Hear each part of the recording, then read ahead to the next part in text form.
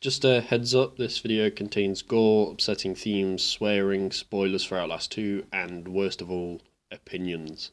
The first Outlast is one of my favourite horror games of all time. It's pure survival horror at its rawest.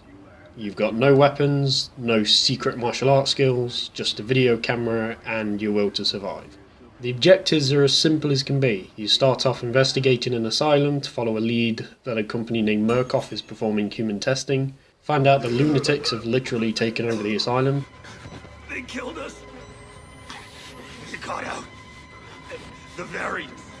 And then the rest of the game, you're just trying to escape.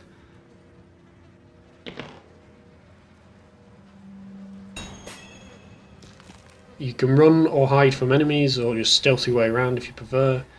There's plenty of hiding spots, and in lieu of a flashlight you have a camera fitted with night vision which allows you to see in the dark while still be able to see any threats coming your way without alerting them. This is by far one of my favourite features. Not only is it original, it means you're not just sitting in the dark like a plank waiting for the enemies to go. The main characters in the game, they're all unique, they're interesting, they never overstay their welcome, nor just merely being one-hit wonders. Well, apart from one dude at the end who's pretty much there for exposition, but we won't talk about him. Throughout the game there's a constant looming threat in the form of behemoth patient Chris Walker, who likes to just show up at the most annoying of times because the game likes to keep you on your toes throughout, giving you the player a similar sense of helplessness and unease that the character's feeling.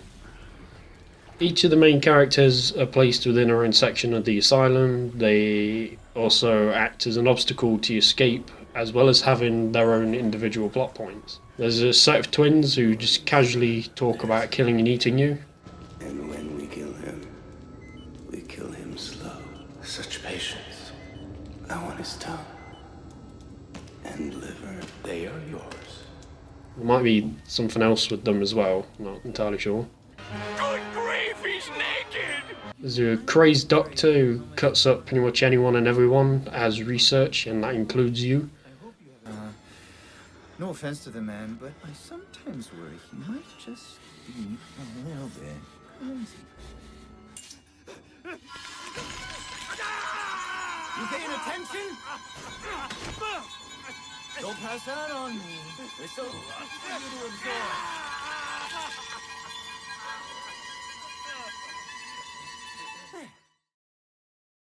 And then the main dude, Father Martin, a patient who believes himself to be a prophet. Thankfully he's not out to kill you, just everyone else is after your ass. I see. Merciful God, you have sent me an apostle. Guard your life, son. You have a calling.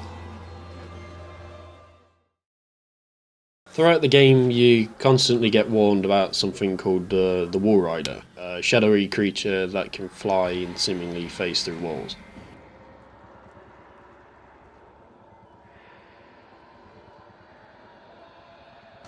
Father Martin and his followers, they worship it, thinking it to be some kind of god, and for all intents and purposes it does appear to be otherworldly. Eventually though, it does get revealed that while all the people in this asylum believe in the Wall Rider and think it to be a god or some kind of supernatural entity, it turns out to be a swarm of microscopic robots, and they're being controlled by a patient.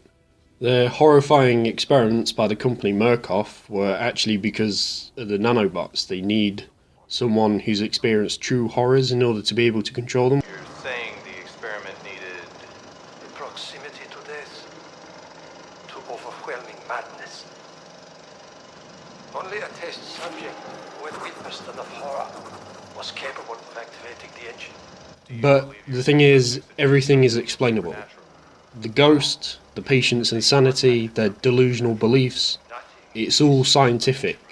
It's the results of the experiments of mad scientists called Wernicke.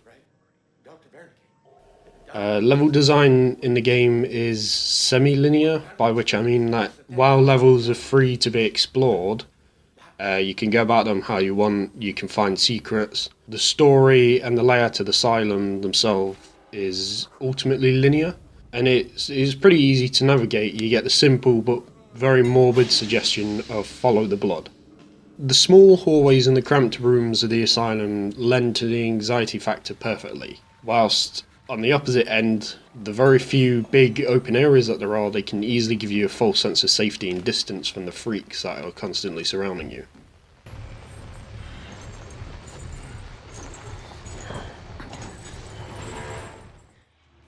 Overall, the game is a perfect mixture of extreme gore, violence and mystery, and I love it.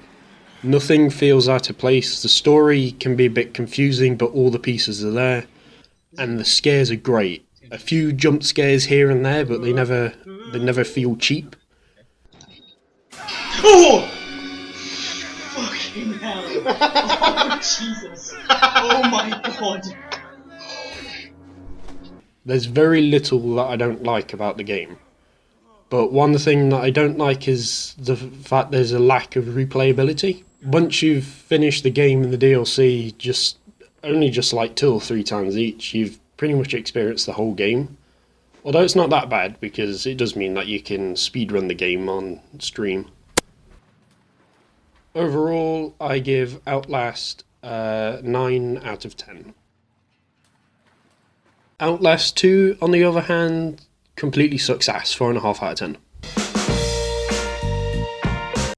Okay, but seriously, I did not enjoy most of Outlast 2, and that genuinely pains me to say because of how much I loved the first game. Remember all the things I just praised Outlast 1 for?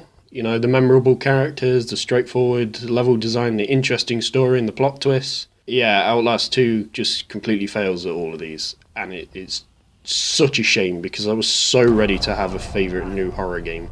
Don't get me wrong, there's plenty of good things about Outlast 2, hence why I'm giving it 4.5.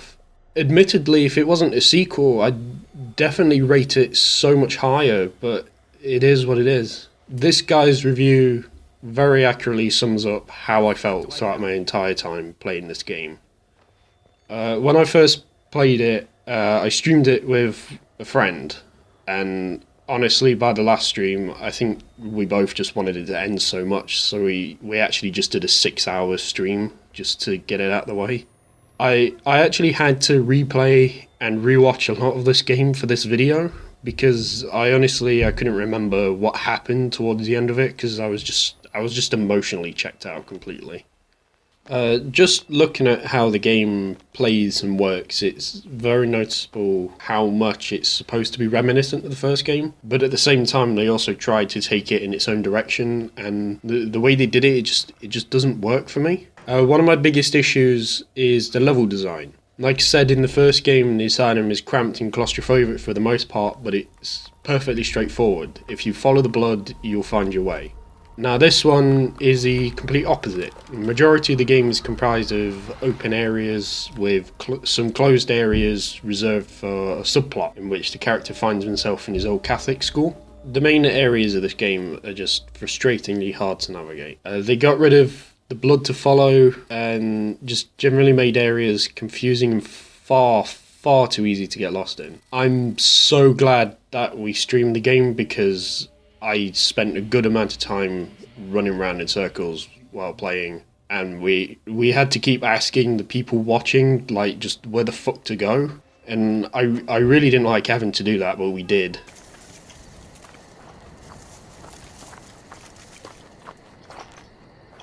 I'm going the wrong way. Fucking again. That's what I hate about this game, is there's no fucking direction. How am I meant to know? Climb through the gate. Liz!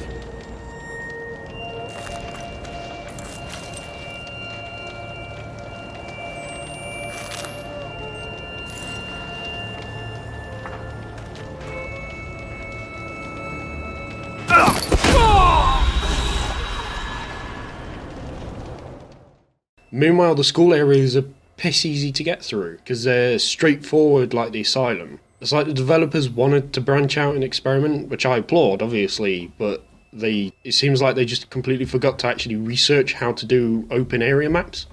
Maybe they were just blindfolded when they were doing it. Yeah, I think they were too used to the like closed environment of the asylum. So when they made like this one, an openish environment, like didn't know sort of how to do it. Had to help players navigate. It's like it's just not clear. The game's main characters also just completely fall flat in this one. So many of them are completely underutilized, which is just another complete U-turn from the first game. The only memorable characters really were Marta, who's a huge bitch with an axe. Noth, who's the sadistic cult leader. There's Val, who's the leader of another group who are against Noth. And then there's Led and Nick, two guys who I thought they were conjoined twins, but it turns out one of them's just really small and ride around on the other dude's back. Noth and Val both were just so disappointing, to be honest. Noth is supposed to be this big scary leader who you don't want to run into at any cost. He's a constant but unseen presence throughout the entire first half of the game. He taunts you over loudspeakers, and then you don't meet him until 3 bastard hours into the game, and then you don't see him again. He walks off and you don't see him again until the end of the game, where he'll talk to you for 30 seconds and then just fucking kill himself. Like, what? Is he gonna kill himself? Yeah. Oh, lovely. And then Val. She and her group show up about an hour in, snap the character's wife away, and then like Noth is just completely unseen until the end of the game, where you'll see her for about a minute, so a bit more than Noth, and then presumably she gets killed as well, but you actually don't see it, so that's out for debate, I think. Led and Nick were the only two who fit the pattern of the characters in the first game, as in they're in their own section, they have their own plot points, and they're actually quite interesting. Their design's really good. And then lastly, there's Marta, who is just annoying as fuck. She's this game's version of Chris Walker, you know, constant presence to hinder progress. But she's just relentless, man. She's quite often one-hit kill, and a lot of the time she's laser focused onto you, so you can't even hide from her sometimes. Oh, that made me feel ill. Do you want him? No. Oh, she saw you. Hey, genuinely, how the fuck? Oh, no.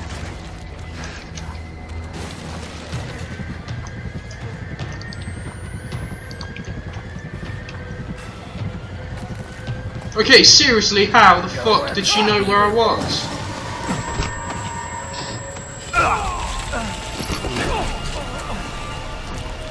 Oh, in the penis. Now we move on to the story aspects. I'll do a quick rundown of the basic plot. The game is split into two. There's a main story where you play as Blake trying to get his wife Lynn back from a group of cultists. They're led by Noth. And then there's a sub-story where Blake keeps literally falling into these hallucinations of his Catholic school that he, Lynn, and their friend Jessica attended. The main story goes like this.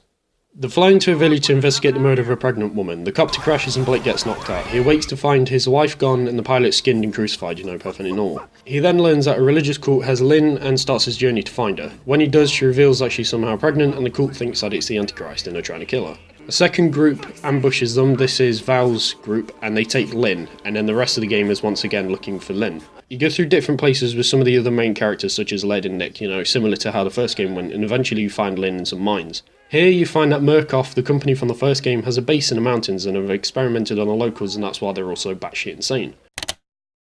So I need to correct myself here.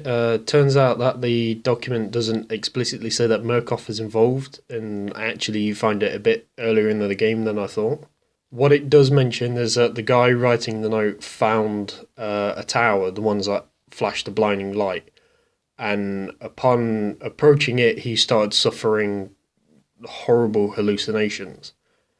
The Murkoff link actually comes from a comic series that they did after in order to link the games, where in one of them, one of the towers is seen on a Murkoff building.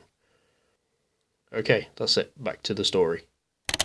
Lynn is now somehow heavily pregnant, even though it's only been 12 hours, and then the cultists bust in and kill everyone. You and Lynn escape from the mine to the village, where a freak storm hits because Lynn is about to give birth to the Antichrist. The big bitch with the axe gets killed, and you finally reach the church where Lynn gives birth and dies, leaving Blake with a baby. Noth appears, claims for some reason he can't kill the baby now, urges you to do it instead, and then just fucking slits his own throat. You get out, walk out, and then die because the fucking sun explodes because the fucking Antichrist was born and kickstarts the fucking apocalypse.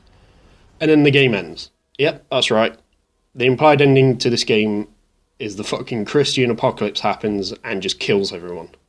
This is the thing I hate with the plot. This is my issue with the story and the game overall. The first game makes it a point to tell you that everything is scientific, it's all explainable. Everyone is crazy from the horrific experiments of Murkoff.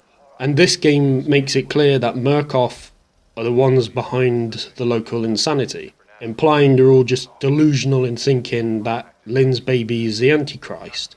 But then they completely go back on all this established law that they have by ending this game with the fucking apocalypse. You could argue that it's part of the delusion in that the apocalypse didn't really happen, but you're playing as Blake. He's not a citizen of the village. There's no way he's been exposed to the experiment. Or if he has, there's no way he's been exposed long enough that he can share in the locals' delusion. The most popular and accepted fan theory is that everything was a collective delusion, including the baby, which honestly makes no sense to me. Let's just say that's true, and the apocalypse was just a coincidental freak storm, and the sun didn't really explode, it was just Blake hallucinating it. Lynn was very clearly pregnant. Blake was very clearly carrying a baby, and Noth very clearly saw the baby as well. And even if it was all a group hallucination, what killed Lynn? If the pregnancy wasn't real, how did she die? But then if it was real, why did the developers do a such 180 with the law and have their delusion be real? And most importantly, why have the developers tried to double down on this ambiguous ending by refusing to give a straight answer on the nature of the true ending? They just ruined the established laws of this universe that they've created. But I'm getting too much into it. This isn't a game theory video, so I'm going to move on now. I'm going to end this review with the positives, which are the subplot I mentioned and the audio and visuals. Visually and audibly, this game is amazing. The graphics and the attention to detail is mind-blowing to me, especially because it's an indie game. Even the most mundane background items that nobody in their right mind would ever even bother to look at is just so detailed. It's obvious that they definitely made an effort to flesh out the environments and make the world as alive and gruesome as they could. The audio cues for enemies and unsettling events are great. Sometimes a bit jump scary, but they're still really well done. And the music is perfect for giving the player a good idea of what's happening or what's coming towards them. Sometimes though it does sort of overstay its usefulness a bit.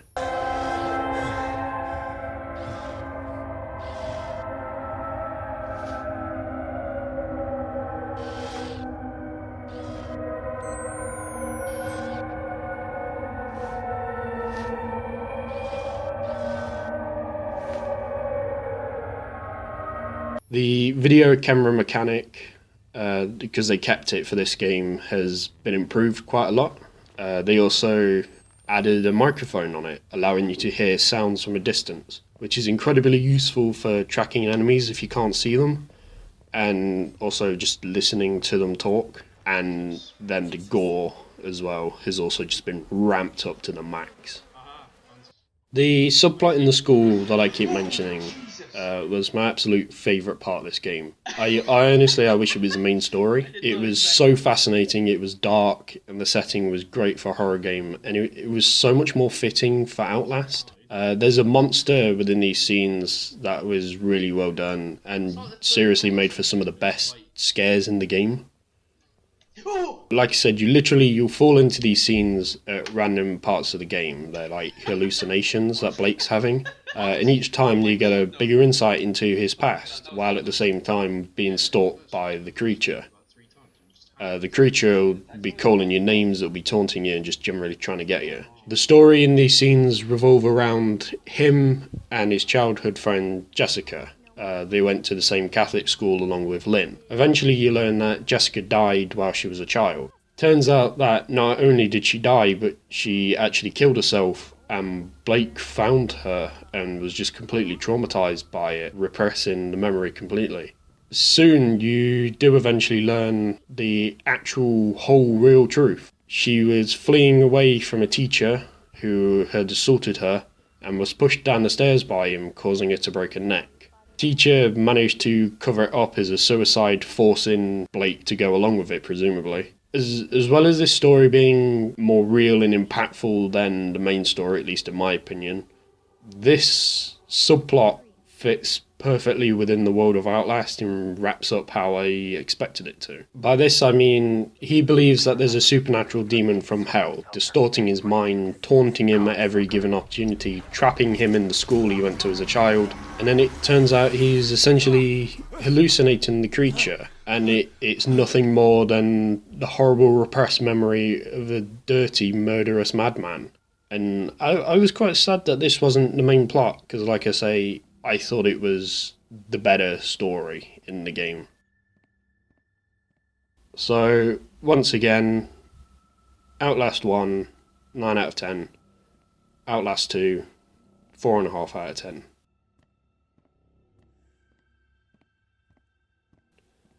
Thank you for watching.